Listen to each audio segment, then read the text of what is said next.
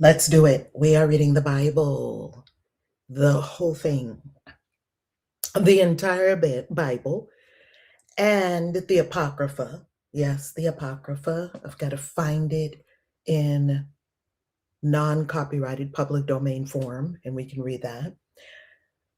I'm Reverend Valerie Love, if you're brand new here, divine midwife of soul destiny, practicing Christian witch, and the author of 26 books on practical spirituality, Christian witchcraft, magic, the occult, all of the things.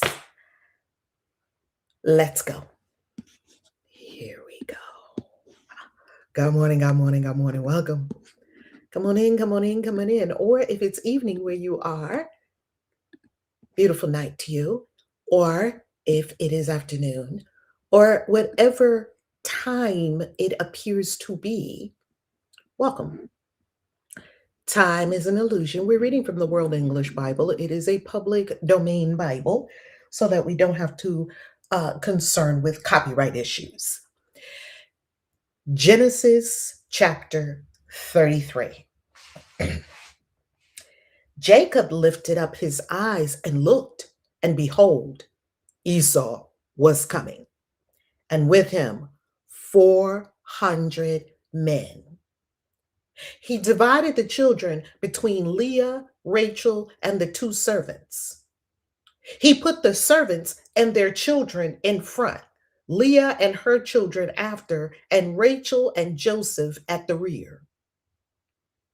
He himself passed over in front of them and bowed himself to the ground 7 times until he came near to his brother.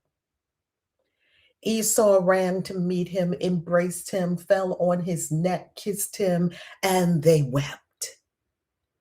He lifted up his eyes and saw the women and the children and said, "Who are these with you?"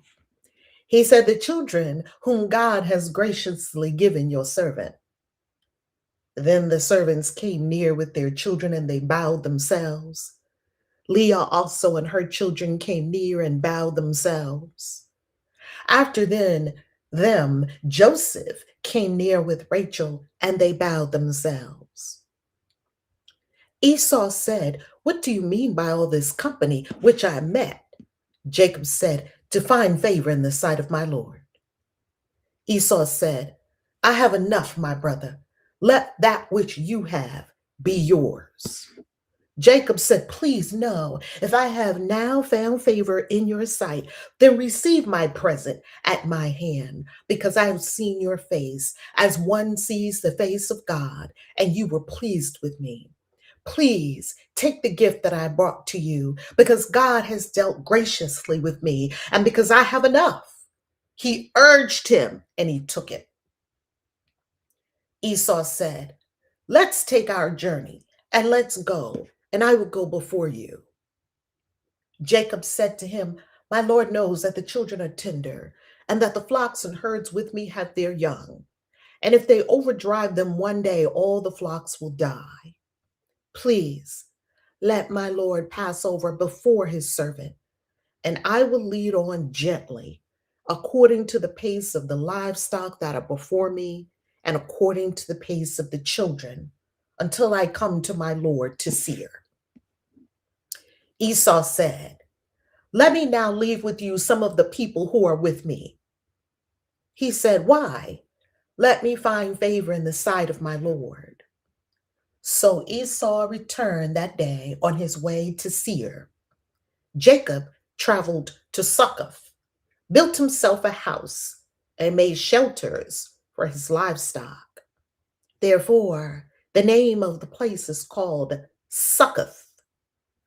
Jacob came in peace to the city of Shechem, which is in the land of Canaan, when he came from Paddan Aram, and encamped before the city. He bought the parcel of ground where he had spread his tent at the hand of the children of Hamor, Shechem's father, for 100 pieces of money. He erected an altar there and called it El Elohe Israel. Footnote to Genesis chapter 33, verse 17. Succoth means shelters or booths. Footnote to Genesis chapter 33, verse 20. El Elohe Israel means God, the God of Israel, or the God of Israel is mighty.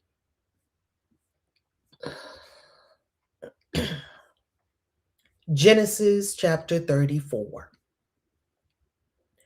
Dinah, the daughter of Leah, whom she bore to Jacob, went out to see the daughters of the land. Shechem, the son of Hamor the Hivite, the prince of the land, saw her. He took her, lay with her, and humbled her. His soul joined to Dinah, the daughter of Jacob, and he loved the young lady and spoke kindly to the young lady. Shechem spoke to his father, Hamor, saying, "Give me this young lady as a wife." Now Jacob heard that he had defiled Dinah, his daughter, and his sons were with his livestock in the field. Jacob held his peace until they came. Hamor, the father of Shechem, went out to Jacob to talk with him. The sons of Jacob came in from the field when they heard it. The men were grieved and they were very angry because he had done folly in Israel in lying with Jacob's daughter, a thing that ought not to be done. Hamor talked with them, saying, "The soul of my son Shechem longs for your daughter. Please give her to him as a wife. Make marriages with us. Give your daughters to us, and take our daughters for yourselves. You shall dwell with us, and the land will be before you. Live and trade in it, and get possessions in it." Shechem said to her father and to her brothers, "Let me find favor in your eyes, and whatever you tell me, I will give. Ask me a great amount for a dowry, and I will give whatever you ask of me. But give me the young lady as a wife." The sons of Jacob answered Shechem and Hamor, his father, with deceit when they spoke, because he had defiled Dinah, their sister, and said to them, "We can't do this thing to give our sister to one who is uncircumcised, for that is a reproach to us. Only on this condition will we consent to you. If you will be as we are, that every male of you be circumcised, then will we give our daughters to you, and we will take your daughters to us, and we will dwell with you, and we will become one people. But if you will not listen to us and be circumcised, then we will take our sister, and we will be gone." Their words pleased Hamor and Shechem, Hamor's son. The young man didn't wait to do this thing because he had delight in Jacob's daughter, and he was honored above all the house of his father. Hamor and Shechem his son came to the gate of their city and talked with the men of their city, saying, "These men are peaceful with us. Therefore, let them live in the land and trade in it. For behold, the land is large enough for them. Let's take their daughters to us for wives, and let's give them our daughters. Only on this condition will the men consent to live with us, to become one people. If every male among us is circumcised, as they are circumcised, won't their livestock and their possessions and all their animals be ours? Also, only let's give our consent to them, and they will dwell with us." All who went out of the gate of his city listened to Hamor, and to Shechem his son, and every male was circumcised, all who went out of the gate of his city. On the third day, when they were sore, two of Jacob's sons, Simeon and Levi, Dinah's brothers, each took his sword, came upon the unsuspecting city, and killed all the males. They killed Hamor and Shechem his son with the edge of the sword, and took Dinah out of Shechem's house and went away. Jacob's sons came on the dead and plundered the city because they had defiled their sister. They took their flocks, their herds, their donkeys, that which was in the city, that which was in the field, and all their wealth. They took captive all their little ones and their wives, and took as plunder everything that was in the house.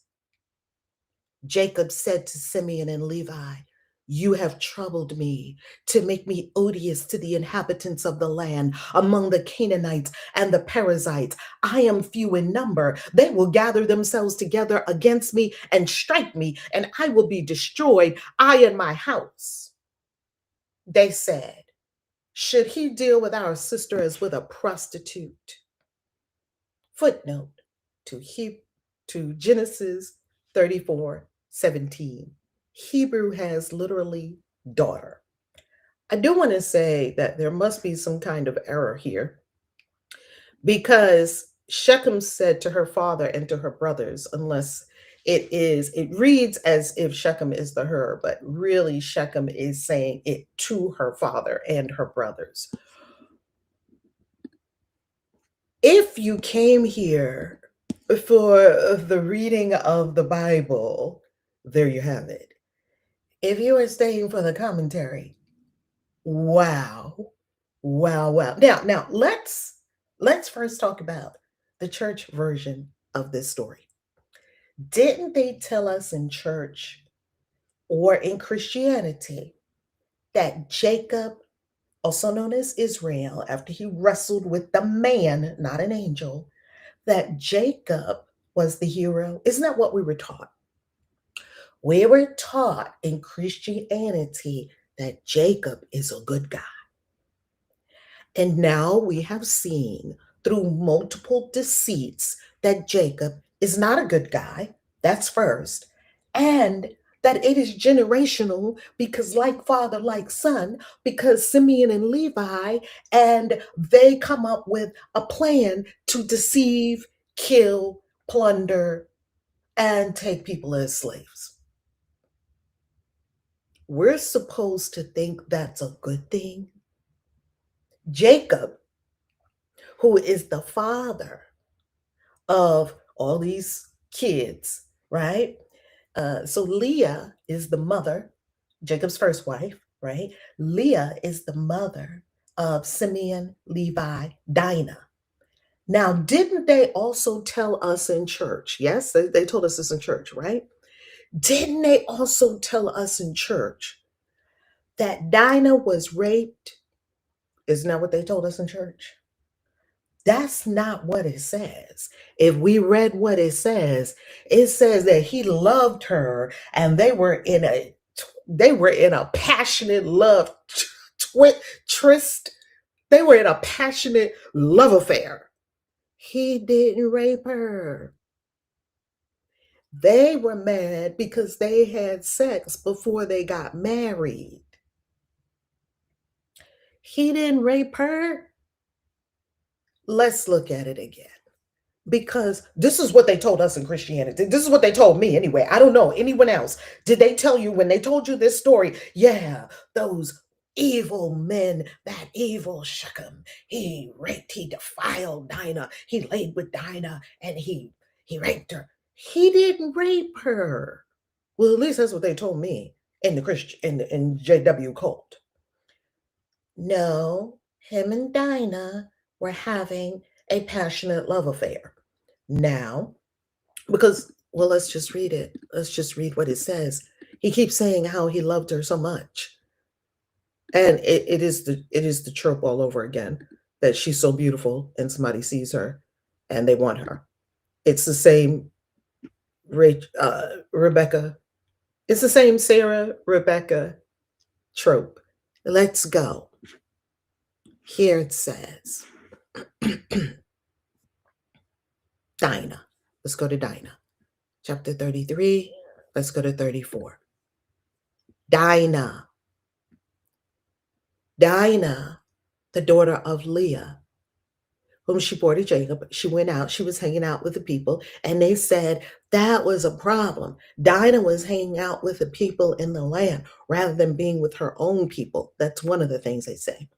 He took Shechem, the son of Hamor the Hivite, the prince of the land, saw her. He took her, lay with her, and humbled her. His soul joined to Dinah, the daughter of Jacob, and he loved the young lady and spoke kindly to the young lady. And then he said, give me this young lady as a wife. So they weren't angry because he raped her. Even the subtitle in the Bible says the rape of Dinah. Isn't that interesting?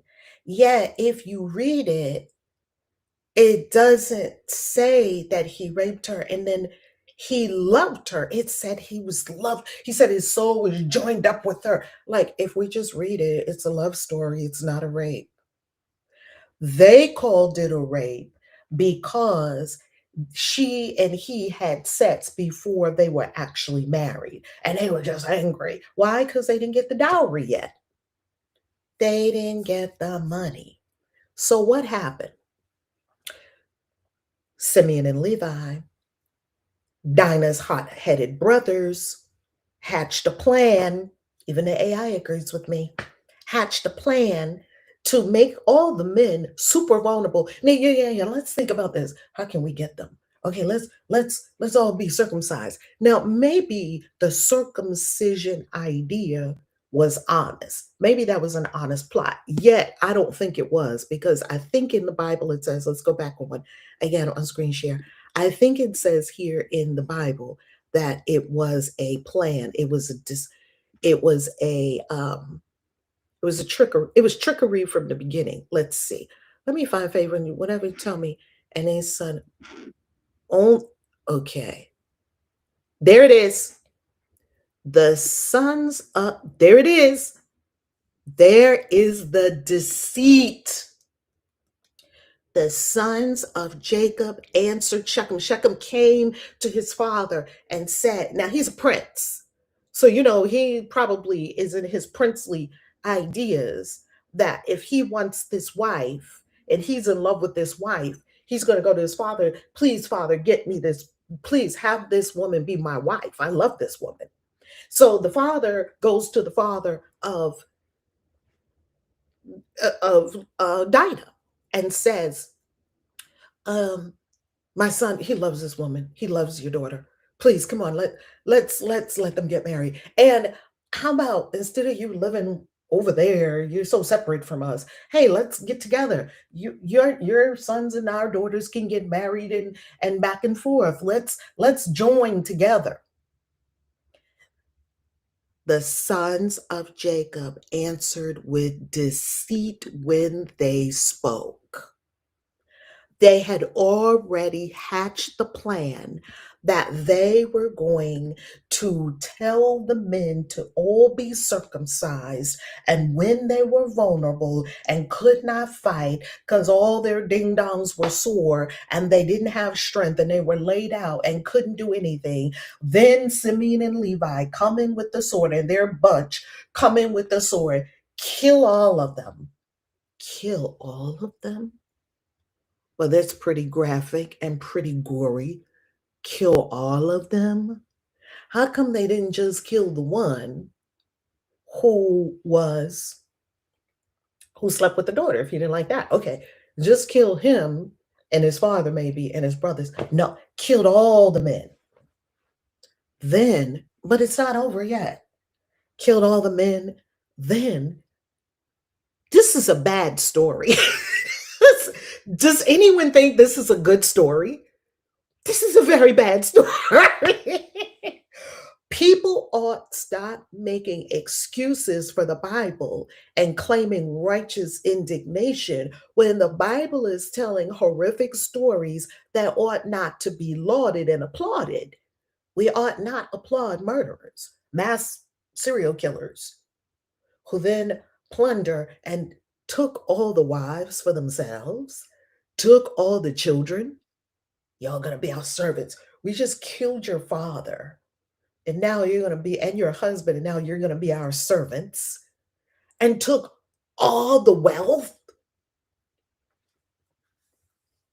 And supposedly, they made this story seem like Jacob was the hero. Jacob was justified. Why? Because when you serve an angry, warring God, you will become an angry, warring person because you become what you revere. See, for me, God is love. And these beings that are in the Bible have nothing to do with God. Did God tell them to do that? The infinite source of the entire cosmos told them to do that? Hell no. Now, I will give you another clue. Notice that they said the Elohim of Israel, didn't say the Elohim of the world. Let's look. Didn't say the God of the world. So far, nothing we have read in the Bible tells us that this is the God of the whole world. Not one thing. And we have witnessed the creation of humanity, supposedly, and not one thing that we have read thus far in these 34 chapters of Genesis speaks of God. Not one thing. Okay, let's go to the gods. I believe it's in 33. We're going to look. And I love, first of all, I do love the reunion of Jacob and Esau. Oh, it was like a cry fest. It's such a good story, even if it never happened. It's a great story. All right. El Elohi Israel. Genesis chapter 33, verse 20. Let's look it up in the interlinear Bible. Scriptureforall.org. Let's drop it in the chat so that we can do our own investigation of what did the Bible originally say. And there is a super chat. I want to honor the super chat. Come on, super chat. Let me see what you're saying. Video game controller jumps up and down excitedly. Okay. Another super chat here. Shiba dog dressed in a traditional outfit waving Japanese fans. I love that. And thank you for the $15. I don't know at all what you're talking about. Yeah. Thanks for the super chats. Okay, let's go to this comment right now. They have been forgiven by Esau, but they won't forgive the people in whose land they are living. Whoa, wait a minute. You just said a word right there. You just said a word right there. That's fascinating. That Esau had forgiven his brother for all the deceit and the trickery, tricking him out of his birthright, tricking him out of his inheritance, trickery and deceit with their father, who was old and died and blind and couldn't hardly see, and Jacob making off with the inheritance. Esau forgave all of that, yet, I didn't even think of that. Jacob's sons will not forgive. I didn't even think of that. That is profound. That is profound. Wow. It's a bizarre story. It's a bizarre story. Okay, let's go to scriptureforall.org so we can see El Elohi and what that means. Because people are going to think it's another name for God, and it is not. Genesis chapter 34, verse 17. No, verse 20. No. Genesis chapter 33, verse 20. That's where we're going. Genesis. We're going to go to the Hebrew English Interlinear Bible, and we're going to go to Genesis chapter 33, and we're going to go to verse 20 so we can see what it says in Hebrew. I don't read Hebrew. That's why this is a tremendous help for me. And he erected there an altar and called it Elohi-Israel. El of Elohim of Israel. The Elohim of Israel, not Yahweh, the Elohim of Israel. Remember the documentary hypothesis by Bible scholars that said these were different stories cobbled together. And in some of the stories, there were Elohim stories. It was the Elohim of Israel. It was the Elohim of Jacob and his family. It wasn't the Elohim of everyone. And we saw this because when Rachel left and she took the teraphim from her father's house, they had different gods. This is the Elohim of Israel, which means Jacob, also known as Israel, his 12 sons and his daughters. the Elohim of Israel. It doesn't say the Elohim of the whole world. This is a regional, this is a God of a particular family. This is their Elohim, also known as Anunnaki. Okay? Didn't know how to give. It's my first time. Oh, welcome, welcome, welcome. I'm so happy you're here. Welcome, welcome, welcome. All right. The next thing I want to say is this. They say that the Bible denigrates women. They say that women have no influence in the Bible. They say the Bible is patriarchal. They say that women are not powerful in the Bible. That's a lie. I reject it roundly. And the entire scenario happened because of one woman. The entire slaughter, genocide, whatever we want to call it, mass killing of all these men of this particular tribe, if it ever happened, it's likely this story never happened. It's a pretty gory story. This mass incident of mass killing, plunder of wives and children, and theft of all the wealth that these other people had accumulated all happened because of one woman, Dinah. Dinah's love affair and her crazy brothers. It all happened because of a woman.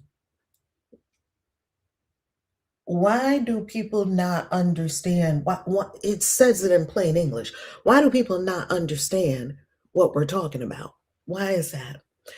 In the scripture for all, the verse about Dinah, chapter 34, 2, the word is translated as he humiliating her. That's what it is. And what does humiliating mean? Humiliating or humbled her. It doesn't mean that he raped her, because from the context we can tell this was not a rape from the context.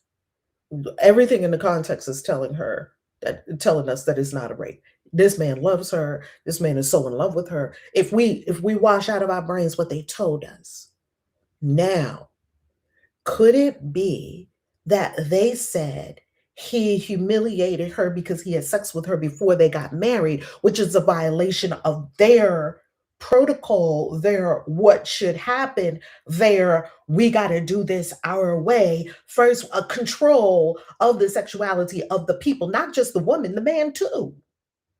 This was about control of male sexuality also, not just female sexuality.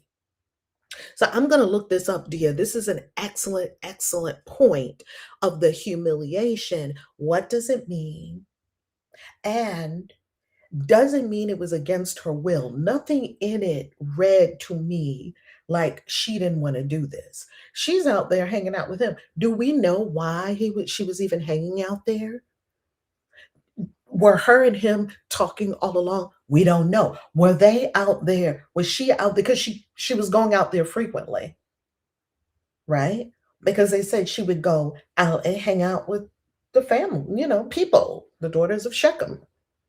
And, or in other words, she was associating with them. So do we know how it happened? Do we know when he was talking to her? Do we know? I'm talking about this story like it really happened, and this story probably never happened. I just want to make sense of the story. And I want to erase from my mind, I want to rub out from my mind the things that they taught me in Christianity that are just not true if I had read it for myself. Dear, this is an excellent point, and I am going to look that up so that we can know for sure, and then I'll know by tomorrow, so that we can know for sure, what does this word mean? And I want to check into Bible scholars and see what they're saying about this. What does it mean? And was this actually a violation of Dinah, or was this an insult to the family? Those are two different things. Those are two very different things. AI agrees.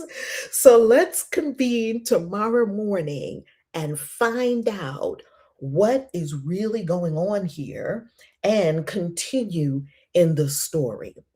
These stories are absolutely phenomenal. And I want to say something else, not because I believe the stories are true. They're not true. For me, no. They're phenomenal because, wow, these are the stories we grew up with. If you grew up in the Christian experience, I did. These are stories that have enraptured me for decades. I mean, I was knee high to a grasshopper, and they were telling me these stories. And now I can finally decode these stories, find the value in them, and love these stories in a different way.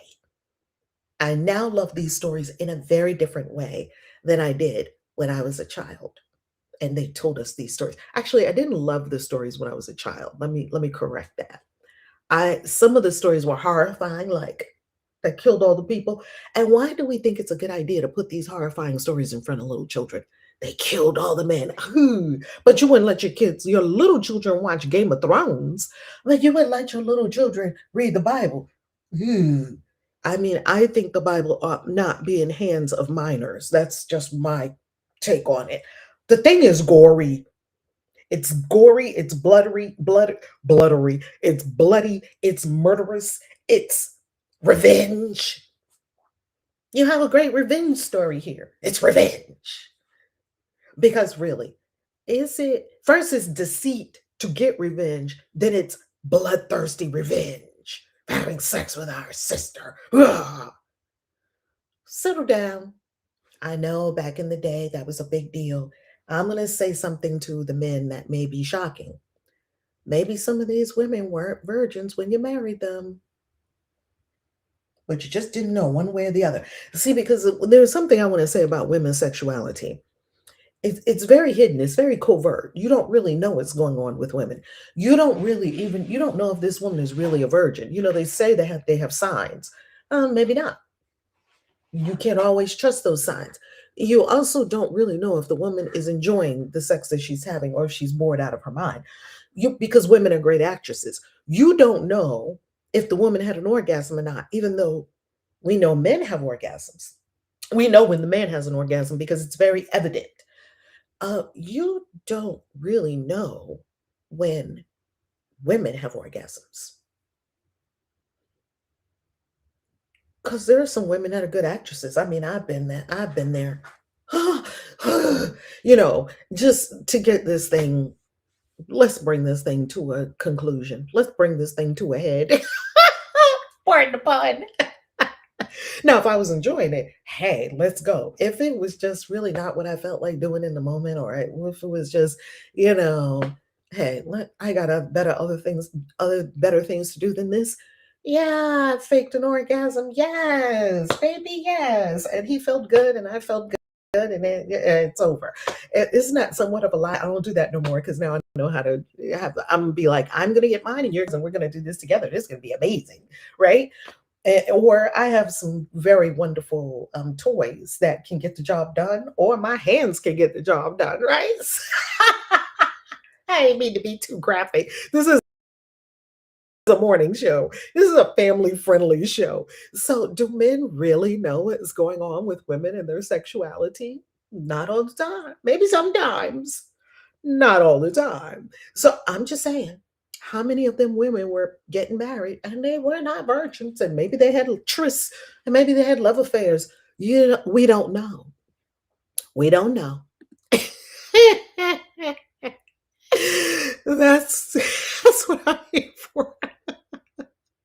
I've always wanted to study the history behind these stories. Thank you for including us in the researching. I'm grateful to be with like minded people. Oh, Dia, I love that. And I love you too, Dia. So happy we're doing this together. And I gotta tell you something, family. It makes it so much more fun for me for us to do this together than reading the Bible myself. I promise you. I have read whole chunks of the Bible. I have read the Bible and read the Bible and read the Bible. I never fulfilled my promise to myself to wake up on January 1st and read the entire Bible through in that year or that year and some months. I just have never gone straight through it like that. I've read whole chunks of it. One time I sat down and I read the entire book of Psalms in one setting. It was incredible. I had the inspiration to read. Now, we've read a lot of the Psalms, I've read Proverbs, I've read all those books. Yet, to read it straight through like a novel, because it's pretty much a collection of novels. Just read it straight through. It hits completely differently. It hits completely differently. Oh, I'm so happy we're doing this together. Yes. Oh, I'm so happy we're doing this together. Reverend Evelyn, how you loving? How you loving? How you loving? Oh my goodness. I can't have a family without sex. I know that's right. Isn't that the truth? I mean, and you know what's really fascinating about it? People were having a lot of sex. People have a lot of sex right now. It's what humans do. People have sex. And what's wrong with that? And the whole idea of Christianity putting that morality clamp down on sex made a lot of the things in the Hebrew Bible very strange. Very strange. Whereas if Christianity did not have the morality clamp down on sex, people would be freer. We wouldn't be having the issues that we're having now with Donnie McClurkin. God bless him. I hope it turns out okay. However, if he did something out of pocket, then he's going to get karma for that. That's just the way it is. And I also cannot ignore that he lives in a system that has so clamped down on sex and clamped down on sexual expression that when you are in that system and you try your best to conform and you cannot, aberration will happen. Anytime you have a suppression, you are creating aberration. Just has to happen that way. Just has to happen that way. That's why we have priests in the Catholic Church sleeping with altar boys, because you told these priests not to have children, not to have sex. Why? Did they tell them not to have sex because there's anything in the Bible that says that you shouldn't have sex? Even if it was, we know the Bible's not from God, so it doesn't matter. Did anyone ever tell you that God doesn't want you to have sex? It didn't say that. If anything, the Bible said, be fruitful and multiply. However, the whole idea of sex being, a problem, and the priests not being able to have sex has led to two horrific experiences. I'll tell you the two horrific experiences. Now, why did they tell them they couldn't have sex in the first place before I tell you these two horrific experiences? They told the Catholic priests that they couldn't have sex because the Roman Catholic Church was losing land. It was about land. It wasn't about anything else. Why? Because the parish priest would be there. He would be married, have his kids. When he had his kids got the land, and maybe his kids would inherit the land. And maybe his kids weren't Catholic priests at all. And the Roman Catholic Church just lost that land. They couldn't let all this land that they had conquered and plundered from the people who were there first. They couldn't let all that land go. So they had to get together in their room and say, okay, we're losing ground here, people. What's the solution? What's the solution? Well, how is this happening? Well, the priests are getting married and then they're having kids. And 50 years later, we don't have the land anymore because the priest died and now his kids have the land. And they want to turn it into something else other than a church or whatever. Uh, oh, let's stop the priest from getting married. Great idea. You get 2 points for that. Come on, Bishop. Great idea. Now, how are we going to do that? How are we going to tell priests to stop getting married? Which is, hey, we'll tell them God said it. We'll find some scriptures in the Bible. Now, this is my Gnostic Bible that I'm holding. It wasn't in here. We'll just find something in here. We'll do what we always do, said another one. We'll make this shut up. We've been doing that for hundreds of years, thousands of years. People believe us. If we just keep saying it, they'll believe us. Okay. What scriptures are we going to cobble together so the priests can't get married anymore? Oh, I don't know. I got to do a little bit of thumbing through these scrolls and see what I can come up with. Okay, well, you come up with why the priests can't get married. You're going to be the propaganda person because you're good with words. You got to write it out. I decree proclamation something from the Pope, you can't get married anymore. And then we'll how about we tell them they can't get married and they can't have sex either? Oh wow, this is gonna, man. Oh, but we got a lot of whores up in here, you know? The bishops had more whores than most people. We got a lot of women up in here. Do we have to get rid of all our women? No, we don't have to get rid of our women. They are gonna see, we're good. Oh, okay. Phew, you scared me for a minute there, Bishop so and so. Bishop so and so, make the propaganda machine, get the propaganda machine going to get the people, get them in the mind. And then we're going to tell the priest, you have to be celibate, you have to only be for God. Okay, but wait a minute. What about the women? Because we got all the nuns. Oh, right. We can't tell the priest not to have sex and the nuns can still have sex. Okay, that settles it.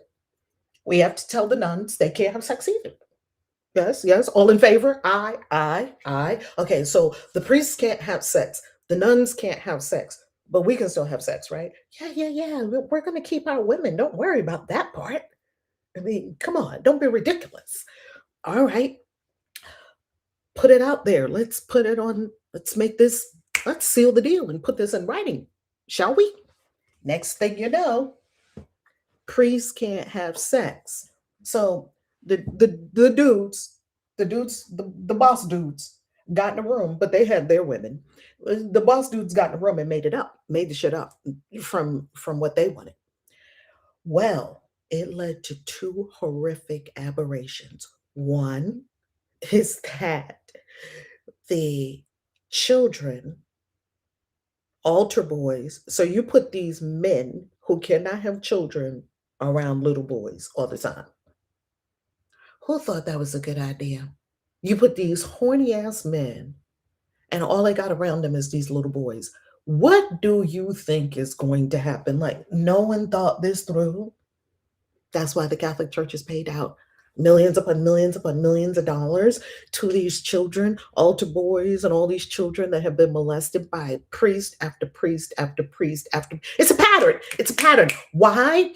Yes, the priests were aberrant. Yes, they were. And the priests are it. So, yes, you can say, priest, you need to take responsibility for that, and they will get the karma for it. And we cannot excuse the bigger system that created that aberration. The second horror, they say in a lot of monasteries where the nuns are, out back are a lot of buried babies.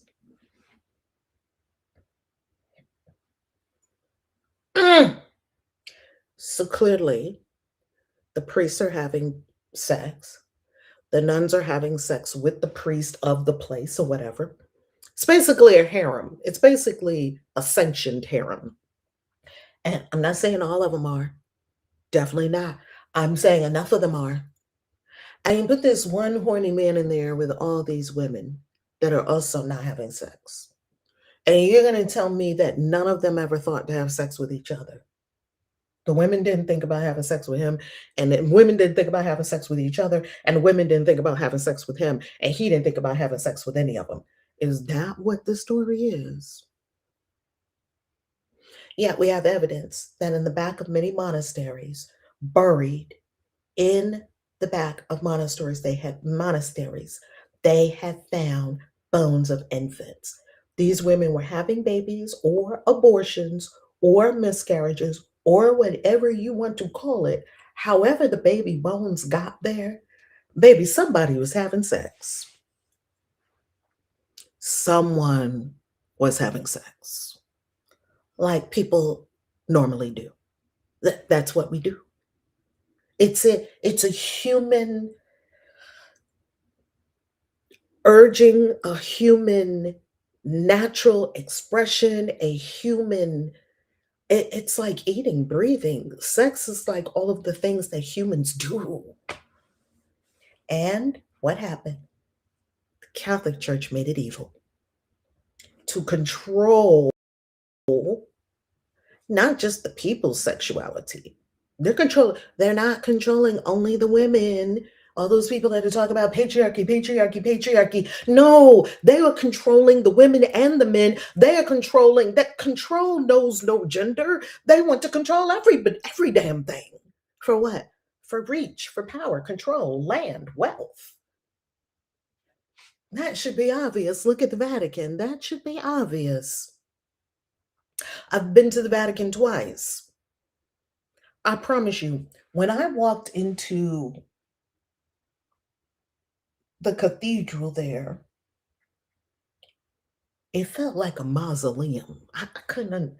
I was so looking forward to going to the Vatican, St. Peter's Basilica. I was so looking forward to going to the Vatican. When I first saw the Vatican, tears came to my eyes, not because I revere the Vatican. I don't, trust me. In the same way that tears came to my eyes when I first saw the Eiffel Tower, like, like these things are so iconic that when you are like the pyramids of Giza, like, or the Sphinx, like the first time you see it, it's like, oh, you feel that. Like the first time I saw the Nile River, I'm like, oh, that's the Nile River. Not because I'm worshiping the Nile River. I think the Nile River is so much better than any other river. No, it's because of the stories attached to the Nile River. St. Peter's Basilica, it's here. I went in that place. Kid you not, it felt like a mausoleum. Felt like a mausoleum. I was very interested. I kept checking the energy level. It felt old, cold, and dead. That's what it felt like to me. I don't know. Go to the Vatican. If you've been to the Vatican, please tell us in the comments what it felt like to you. What was your experience of the Vatican? I can't tell you what your experience will be. I tell you what my experience is. And then, because I was in Rome, I love Rome. I love Rome. It's old and new at the same time. Super old. Like you could be walking by and there's like this 3,000-year-old wall that's still there. It's amazing. Next to a brand new cafe. Would you like a latte? Next to some pizza. Like Rome is an amazing, amazing place. I went into just a regular neighborhood church that was more lit up with spirit that you could feel it than the Vatican. It was a regular church. Well, granted, there is like a Catholic church on every other block in Rome. However, I'm exaggerating. However, when I went into like a regular, it's churches everywhere, veneration of Mother Mary everywhere, and the Mother Mary with the baby. And when I went into these, like, it could be like I'm just walking by and I just go into a church because I just love how people worship. And I would go into this church, and it would be all the church doors just open. Go in anytime.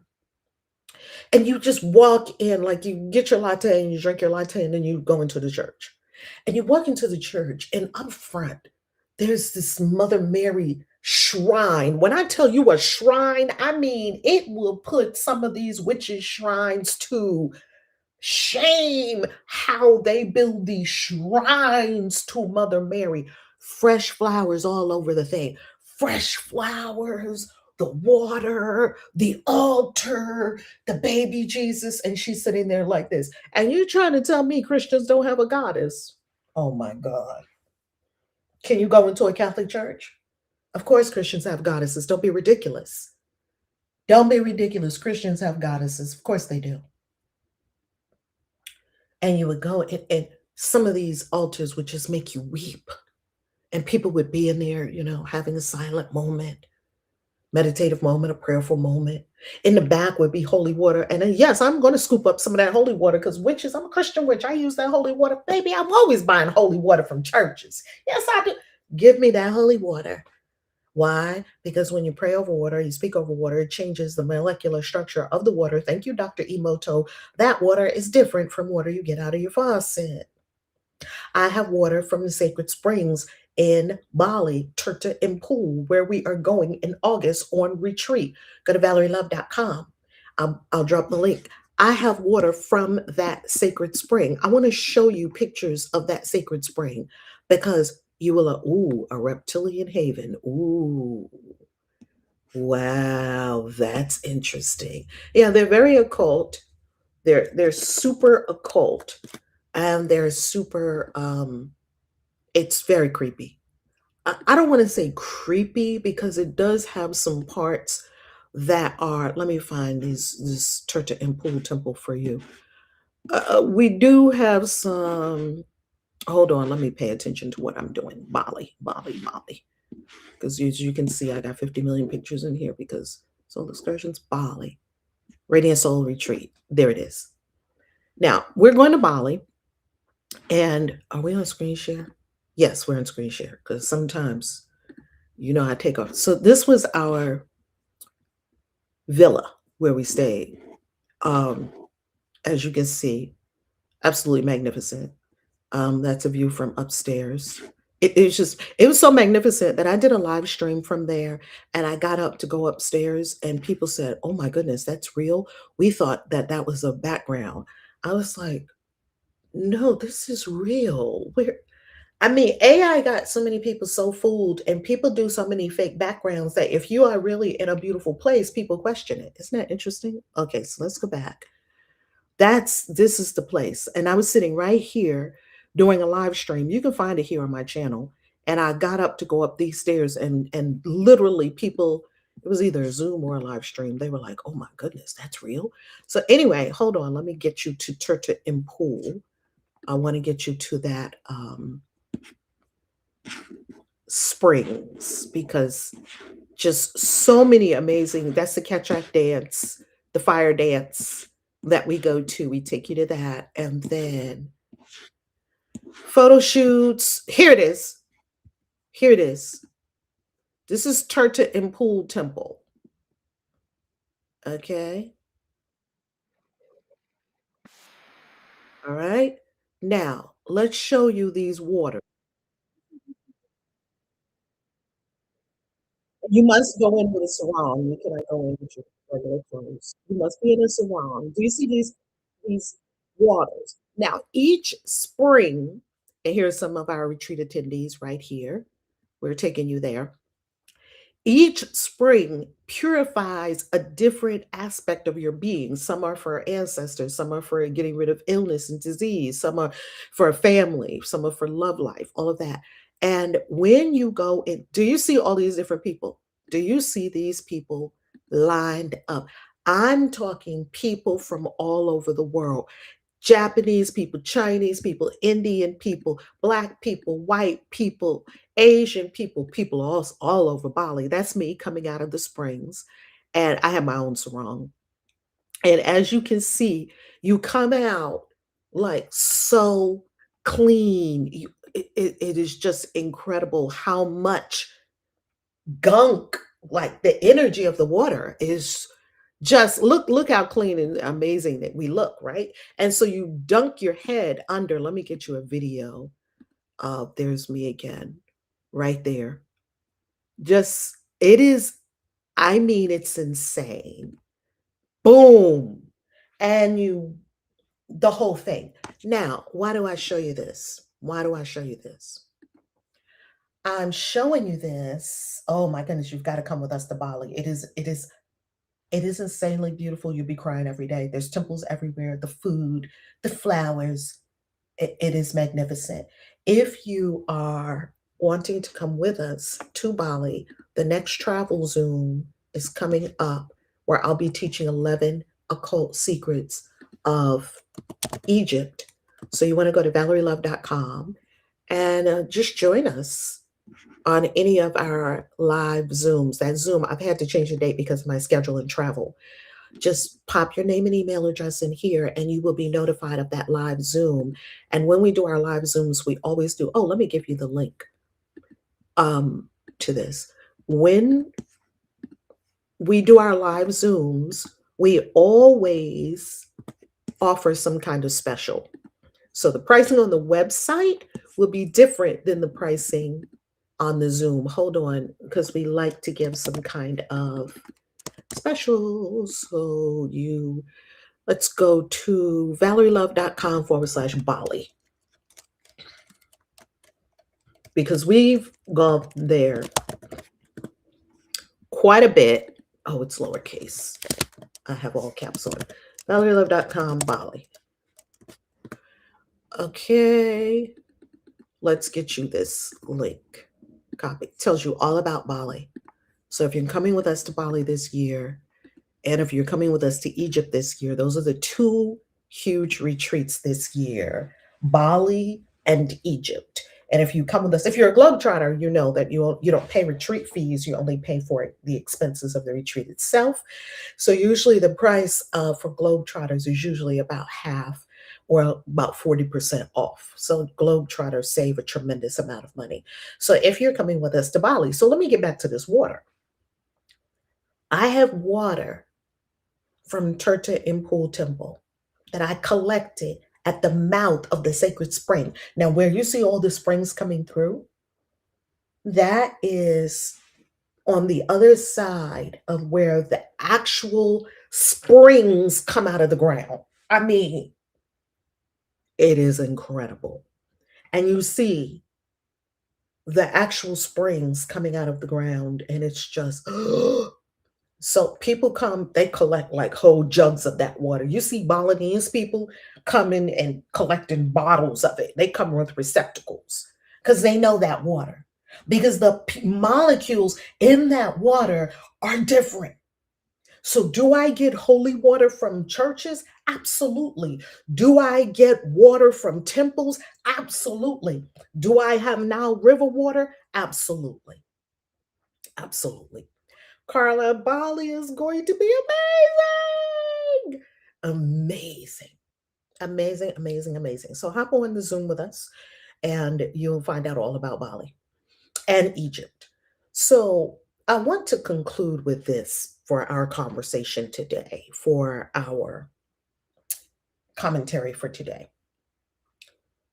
If we remove the filter that church gave us about the Bible and read the Bible on its own merits, we see that it is not God's proclamation to us. It is a collection of literature telling us stories, and it's telling you stories without telling you what to believe about the stories or what to think about the stories. It's simply telling you stories. And Abraham said this, and then he said this, and then she said this, and then they did this, and then he did this, and then this one killed this one, and this one killed this one. It's a narrator, it's telling you stories. Nothing says you have to live by the stories. We were fooled, we were hoodwinked. And now it's time to let go of the hoodwinkery. I love you. Mwah. Peace, Reverend Valerie Love.